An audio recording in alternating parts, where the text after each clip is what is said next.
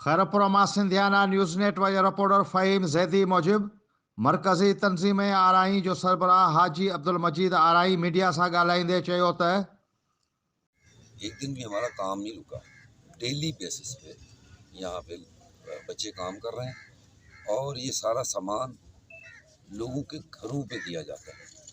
पहले तस्दीक की जाती है कि ज़रूरतमंद है नहीं है, जो ज़रूरतमंद लोग हैं उनके घरों तक पहुँचाया जाता है सामान। 2 सूबों में तकरीबन 1 लाख से ज़्यादा कपड़ों के जोड़े बलूचिस्तान और सिंध में दिए गए हैं। इसी तरह टेंट, इसी तरह मच्छरदानियाँ, इसी तरह मेडिकल कैंप्स, इसी तरह जिस शहर में आप खड़े हैं इसमें मेरा ख्याल है 10-11 घर एक कमरे वाला, वो भी काम चल रहा है साथ साथ। तो जो दोस्त जिस कार खैर के काम में हिस्सा लेना चाहता है, जैसे एक दोस्त था तो उसने मुझे कहा कि जो घर टूटे फूटे मैं उनमें मदद करना चाहता हूँ।